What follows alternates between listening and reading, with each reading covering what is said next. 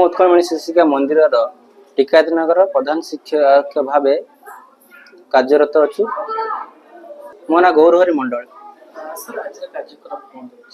आज कार्यक्रम रही आमर उत्कलमणि शिशिका मंदिर टिकायत नगर वार्षिक उत्सव पालन होची। आज होची यही उत्सव पिला मानकर प्रतिभा सबू दर्शाई जाइछि एवं सही प्रतिभा को नहीं आम गाँव पंचायत ब्लॉक स्तर एवं देश स्तर राज्य स्तर विकास करने आम से अभिप्राय करुच्छे।